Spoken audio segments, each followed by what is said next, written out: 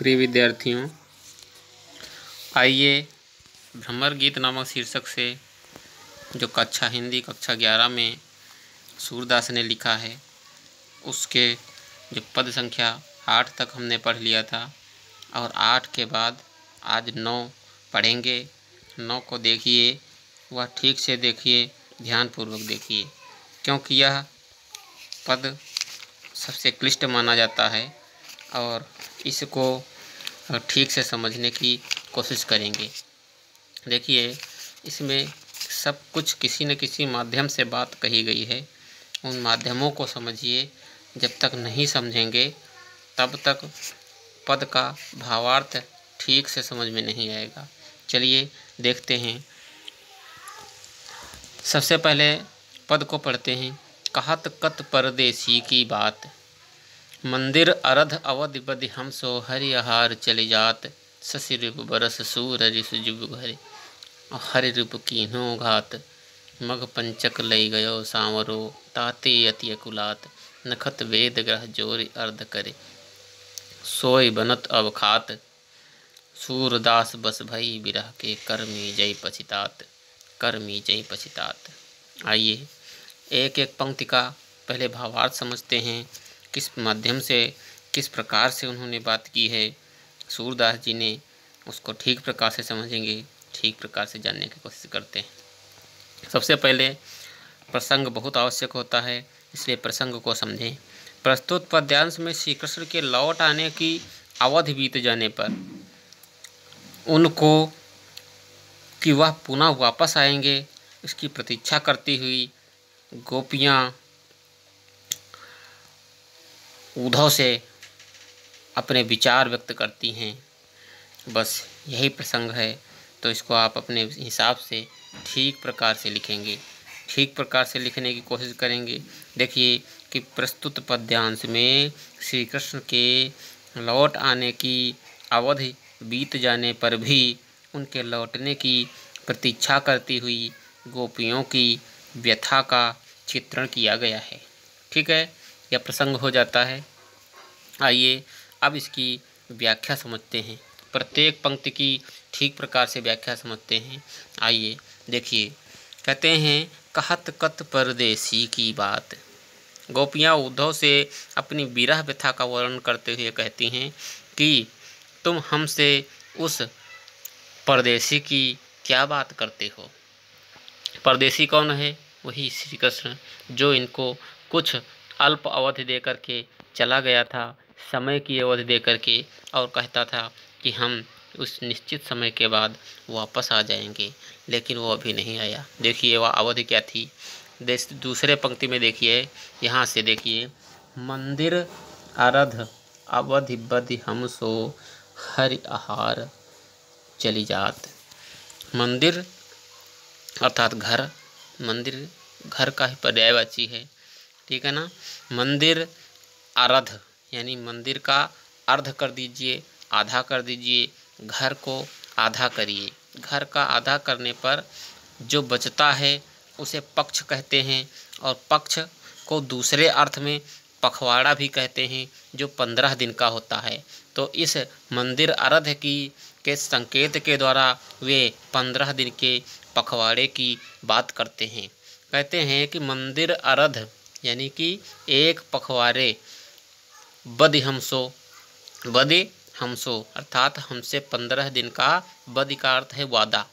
तो हमसे 15 दिन का वादा करके भगवान श्री कृष्ण चले गए थे, अर्थात यह कह कर गए थे कि हम 15 दिन के बाद पुनः वापस आ जाएंगे, आवश्यक कार्य से जा रहे हैं, 15 दिन के बाद पुनः वापस आ जाएंगे।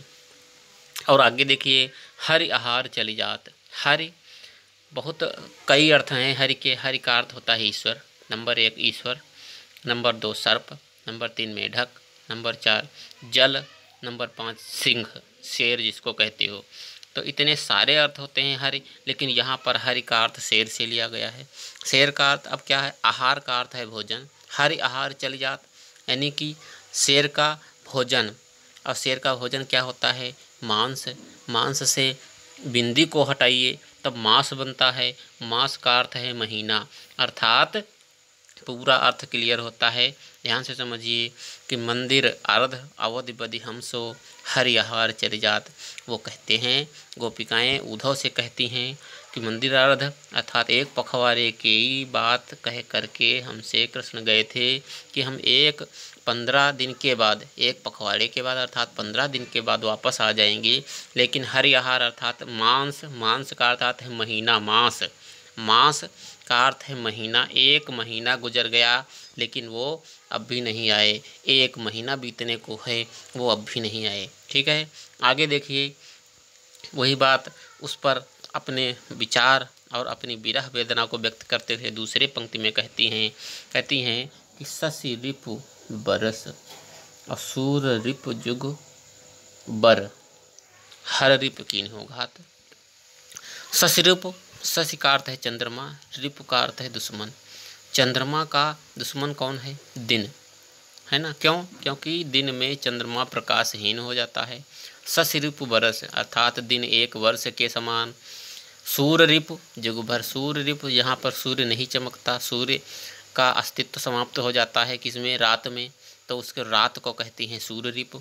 शशि रिपु दिन, सूर्य रिपु रात, तो कहती हैं शशि रिपु 1 वर्ष और सूर्य रिपु अर्थात रात 1 युग के बराबर बीत रही है।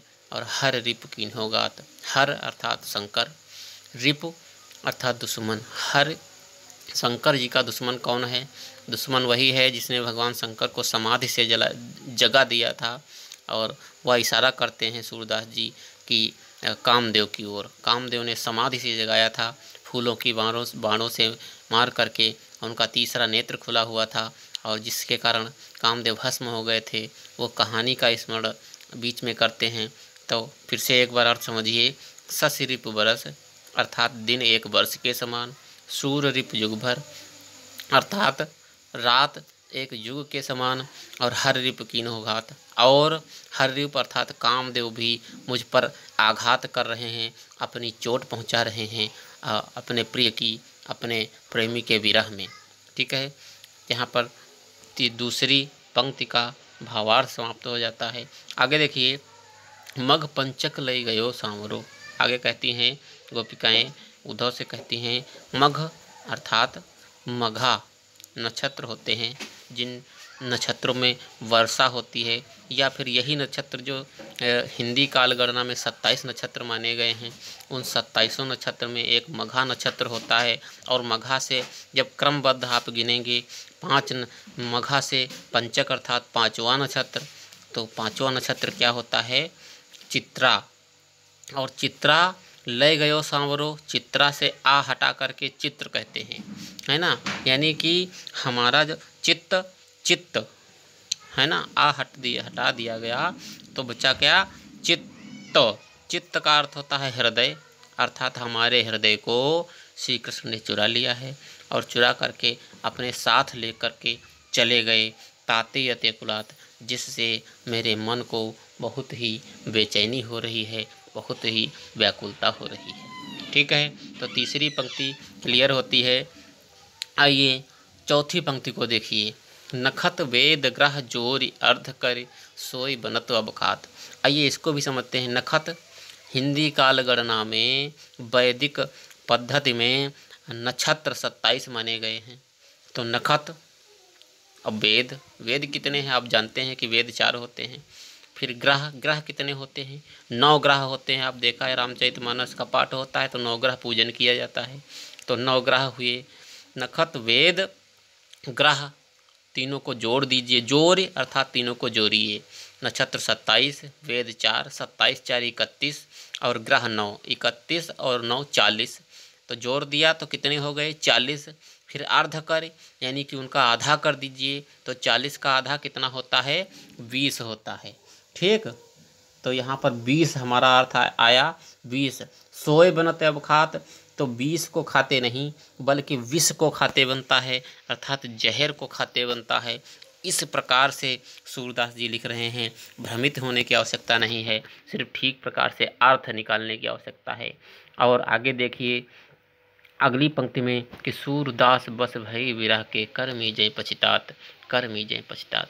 सूरदास जी कहती हैं कि हम तो विरह के बस में हैं, श्री कृष्ण के विरह के बस में आकर के हम पागल जैसे हो गए हैं और अब हमको क्या, अब हमें कुछ करना नहीं आता, सिर्फ हाथे बैठे बैठे हाथ मल रहे हैं, कर मीज रहे हैं, हाथ मलते हुए पछता रहे हैं कि हमने क्यों उनको जाने दिया। और इतने दिनों से जो हमें परेशानी सहनी पड़ी है वह उनके वादा जो उन्होंने किया था उस वादे को तोड़ जाने के कारण हुआ है। चलिए अर्थ समझ में आया होगा। एक बार सरसरी दृष्टि से पुनः अर्थ को समझ लेते हैं, क्योंकि इस अर्थ को जो समझा था उसमें हो सकता है आपको भावार्थ निकालने में दिक्कत हो। इसे एक बार दोबारा पढ़ते हैं। देखिए, कहत कत परदेसी की बात, गोपियाँ उद्धव से श्री कृष्ण के विरह व्यथा का वर्णन करते हुए कहती हैं कि तुम हमसे उस परदेसी की बात क्या कर रहे हो। आगे देखिए, मंदिर अर्थ अवधिपति हम सो हरिहार चल जात, उसने तो हमें 15 दिन में वापस आने की हमसे बात कही थी, लेकिन आज 1 महीना बीतने को है, वह अब भी नहीं आया। आगे देखिए, शशि रिपु बरस सूर रिप जुग भर, हर रिप किन्हो गात। शशि रिपु बरस हमारा दिन, हमारे दिन 1 वर्ष के समान और रात 1 युग के समान बीत रही है, और हम पर कामदेव ने भी आघात पहुंचाया है। कामदेव भी हम पर बराबर आघात पहुंचाते रहे हैं। अगले देखिए, मघ पंचक ले गयो सांवरो, ताते यति अकुलात। मघा से 5वां नक्षत्र चित्रा होता है, तो उन्होंने कहा कि चित्रा से अर्थ लेकर के कहा चित्त, हमारे चित्त को, हमारे हृदय को श्री कृष्ण ने चुरा लिया है और चुरा करके साथ में ले गए, और जिससे हमें बहुत ही व्याकुलता होती है। हमारा हृदय ही हमारे पास नहीं है, तो हम दिन रात उनके वियोग में परेशान रहते हैं, व्यथित रहते हैं। नखत वेद ग्रह जोर अर्ध कर, सोए भनत अवखात। नक्षत्र 27, वेद 4, ग्रह 9, सबको जोड़ने पर, क्योंकि सबको जब जोड़ दिया गया तो 27, 4 31, 9 40 का अर्ध कर दिया, तो 20 से अर्थ विष को बनाया, और कहती हैं कि अब हमें विष खाते ही बनता है और कोई उपाय नहीं दिखाई पड़ रहा है।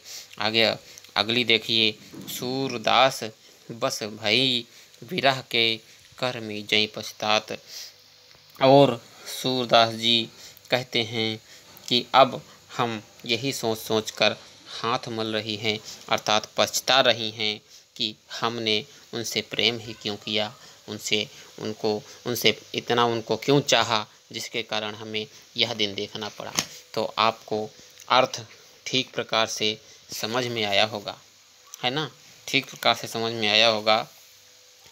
तो इसके बाद थोड़ा काव्य सौंदर्य पर भी एक नज़र डाल लेते हैं।